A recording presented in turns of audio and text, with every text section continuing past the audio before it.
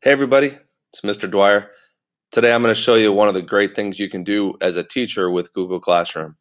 Let's say that I've created my Google Classroom account, and I'll show you what that would look like. If I go to my home page, here are all of my classes. I've got 2 computer classes, Essential Tech, 3 8th grade Spanish classes, those are the green ones, and 1 7th grade class. Let's say I want to create an assignment for my 8th graders. So I go to my uh, class that I want to create the assignment in, type in the name of the new assignment, let's call it new, I'll just shorten it just to save some time.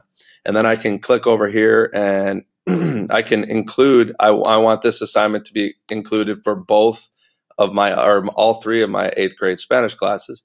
So I click that. Whoops, I canceled it. Doggone it. I love that name. What did I call that again? I don't remember.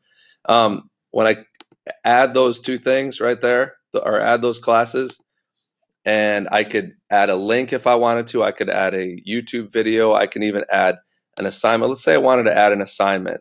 Let's say I created a document in Google Classroom, sort of like a template for each student to use.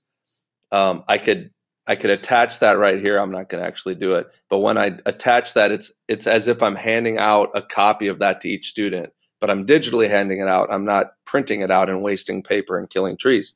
So when I assign that, excuse me, it's going to create an assignment in each one of my Spanish 8th grade Spanish classes. There's the name of the assignment, and I can see how many have finished the assignment and how many have not finished the assignment of all of my students. It also will create a folder in my Google Drive, and it will split it out, but I'll talk about that later on today. Right now, what I want to show you is how you can take something that a kid turned in. I'm going to go look at another one of my assignments here. Here's an assignment that I had kids turn in, and if I want to grade Anjola's assignment here, her paper, I can do one of 2 things. I can either, as I'm looking at her assignment, I can highlight words and add comments to those words by clicking on comment. It's going to highlight the word that I've highlighted, and I can type in whatever I want as the comment, and it's sort of like side notes it, or puts a note over on the side, sort of like a footnote, but on the side, not at the foot. Or if I wanted to, I could make suggestions to the document. And let's say I wanted this one, instead of saying apartment, I wanted it to say house. It's going to strike out the word apartment. It's going to add my text in green, so that when I return this assignment to my student, I'll show you how to do that in a second.